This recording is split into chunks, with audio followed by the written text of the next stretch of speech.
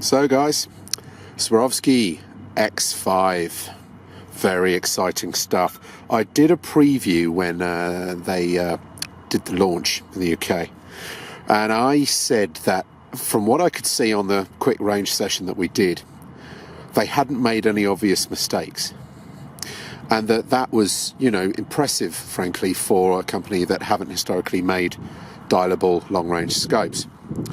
And I stick to that now, having used it extensively, and I will explain why now. This is a scope that I think fills a gap in the market very, very cleverly. Essentially, what you've got here is a scope that isn't first focal plane, has no interest in being first focal plane, and is not therefore branded as a tactical scope. This is a long-range hunting scope, second focal plane. And Swarovski have completely redesigned everything. In fact, they even retooled and created a whole new area, ultra precise, even more than normal, to enable them, while sticking to lightweight and 30mm tubes, to get 80 plus minutes out of this scope, maintaining high optical integrity, because some of these things are mutually exclusive, and eye relief. And I think that they have done a very impressive job. If they'd gone to 34mm or whatever in the tube, then they would have won some elevation range there. But clearly they wanted to keep the thing compact, and frankly, it really does look a lot better in the flesh than the internet. The tall turrets look great in the flesh, and this is a very capable long-range scope that isn't an ugly duckling. And I'm afraid that is important to a lot of folks. Not everybody wants to go down the route of a really chunky scope. Although I must say, I think these IOR 40mm are absolutely gorgeous, but, you know, that's just me. Clearly that is not to everyone's taste, something that burly and tactical looking. Somehow, Swarovski have managed to keep a certain degree of elegance in this scope, and that will go on a fine rifle and not ruin it. So let's just rewind a bit and show you what we're talking about here.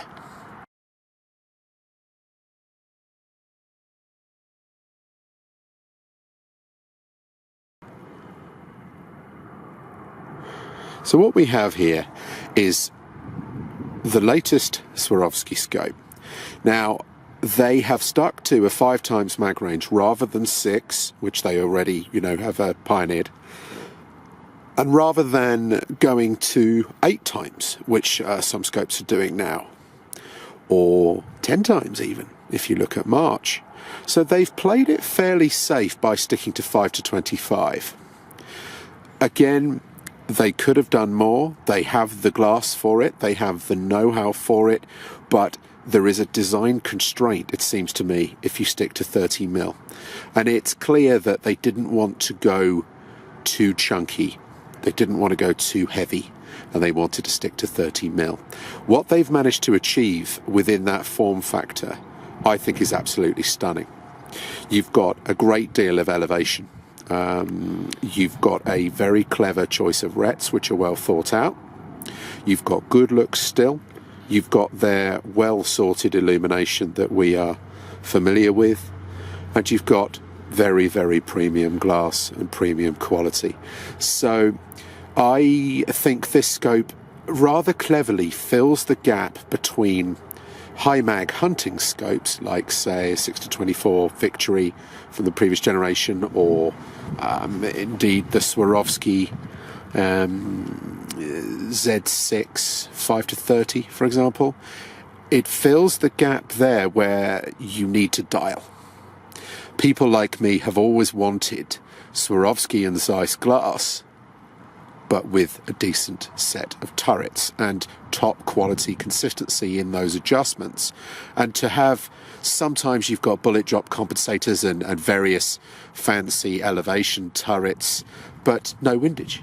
So it's been absolutely awful for all these years not being able to use those scopes, and they had very, very limited ranges of adjustment. So when Swarovski said, right, we're doing it properly, we are doing proper turrets, matching the ret with our glass, obviously it's very exciting.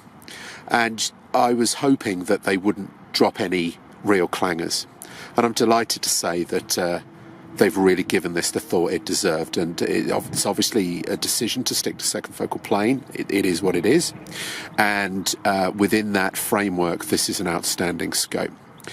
The reason I like it so much is that these turrets they're fine. Even against the best tactical turrets in the world, these are fine. Okay, you've got 20 minutes. Listen to those clicks per turn, and when you get to turn 1, there you go, 1. Back down, 0. You cannot ask for more than that. Simple, effective, well thought out. The same on the windage, it counts both ways, lots of adjustment, you know, sorted. It's so easy to get wrong, they've got it right. Well done. The illumination is outstanding. You've got the adjustment range. Now, rets, yes. Now, there is a ret that has 2-minute hashes on for just calling wind, holding wind corrections. Then there's one with a floating crosshair with minutes, up, down, left and right, which seems to me to be about right. I'm personally a fan of floating dots, but floating crosshairs are all right. There's a Christmas tree ret for people who want to use the Swarovski app to work out their drops. Again, limited by second focal plane, but you know, it's a popular system, that BRX Christmas tree ret, and there it is. Illuminated versions of those rets. And then there's a special fine crosshair, just a normal duplex in 1/8 of a minute clicks, rather than these others I've mentioned, which have all been 1/4 of a minute. So that's pretty well squared away. Decent selection and well thought out, no obvious mistakes. The only thing that did alarm me, and has caught various other people out as well, is it says in the book, in the manual, the ret is minute hashes at 100 meters. And one immediately thinks, well, you want, if you're going to be in minutes, you want to be in yards. And you start thinking, well, why did they do that? It should be minutes at 100 yards. And I must admit to have been tricked by this. The fact of the matter is, of course, when you put your thinking cap on, is that minutes are minutes at any range. There is no 100 yards, 1 minute at 100 yards, 1 minute at 1,000 miles. A minute is a minute of angle. So the manual is slightly misleading there. The ret is in minutes at any range. Not 100 meters, not 100 yards, a minute's a minute. So I thought they'd made a mistake there by mixing their units, but in fact it's just a minutely misleading and complicated phrase which caught me out. But I'm happy to report that the ret is correctly calibrated and the turrets match the ret, and that's always the bottom line. So no mistakes, everything lovely. That brings me to living with this scope. You know, it is an absolute joy. There's something very special about Swarovski. Beautiful mag ring, illumination, fast focus. It's very, very nicely put together. The box is a delight. You really feel that you've got something special. Beautiful goshawk on the side here. There's a spare battery under that.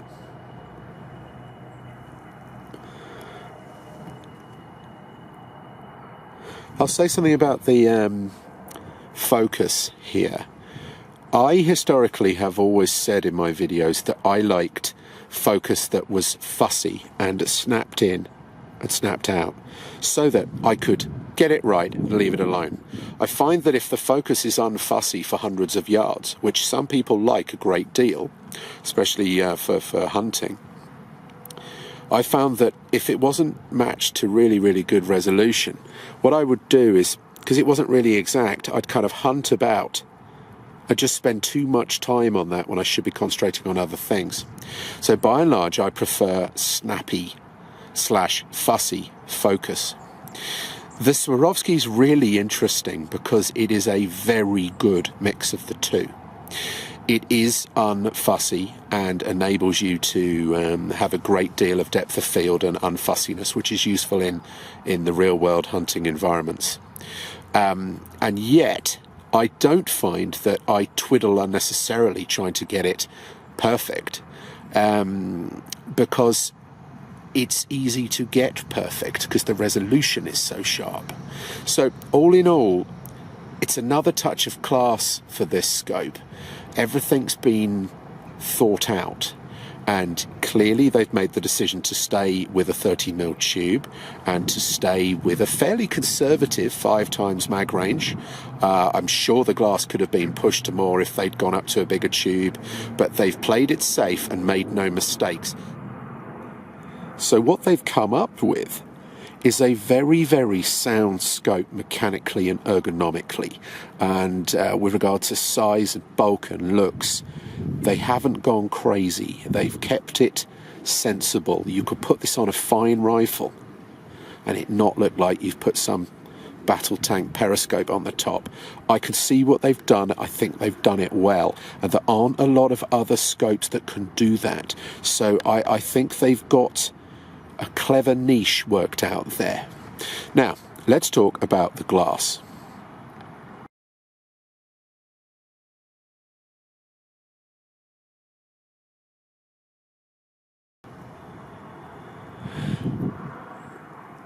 Right, the glass is very good. It's you'd expect it to be very good.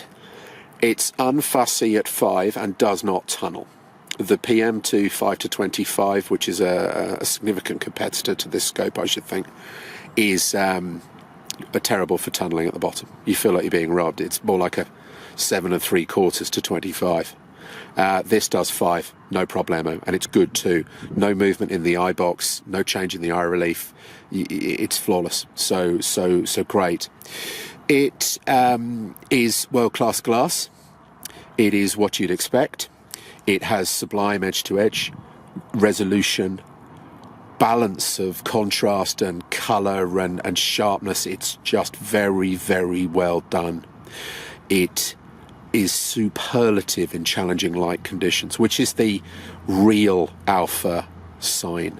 It will pull detail out of shadow that is, even with light coming at it from strange angles, what it will perceive for you is truly world class. However, I would have been twice as pleased if it were a 5-35, a 5-40. Look here at this IOR. 5.8 to 40. Does both ends, no problem. But it's 40mm tube. So, given that it's 5-25, optically it's outstanding. It doesn't have the field of view that some of the other premium scopes can offer now. The Vortex has more field of view. The HD2 4.5 to 27, and of course it's got a better mag range. The IOR 4 to 28 is embarrassingly wider than the Swarovski, and I think in the middle it's a little bit sharper too. This is what the 40mm tube will give you in the IORs. What Swarovski have done is they've played it slightly safe against the... They're up there with the very best scopes in the world optically with this scope, don't get me wrong, but they haven't moved the barrier forward. They haven't smashed forward in the way that they have done in the past, because you can't do what they've done in the past on a 30mm tube and get 100 minutes of elevation out of it. It can't be done. So there are design constraints that they're butting up against, and I think they've done the compromises very cleverly. I think this scope's going to be a great success because it will go on so many rifles. The weight is light, it's good looking, it's still 30mm, and yet it's got plenty of elevation and windage to get you right out there. And I think it's a brilliant idea. But be aware that if you want a truly progressive scope optically, you're looking at some of the other guys who are doing more advanced things, but the price they pay is bulk and relatively inelegant looks. The IOR beside me here being a great example. That's got more field of view, much greater mag range, and even more elevation and windage. But you're not going to put that on a fine rifle. So the Swarovski fills a really clever niche here. I think a fairly new niche, and I'm very pleased to see that. Another clever feature is this very short sunshade. Shades the front of the lens, but it isn't a foot long and weighing a ton and looking stupid. Very elegant scope, this. Really nicely done.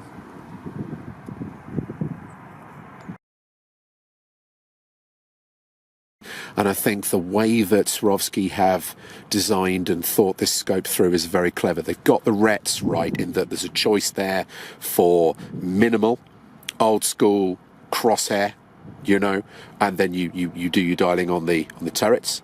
They've got 1/8 of a minute if you want super fine target clicks.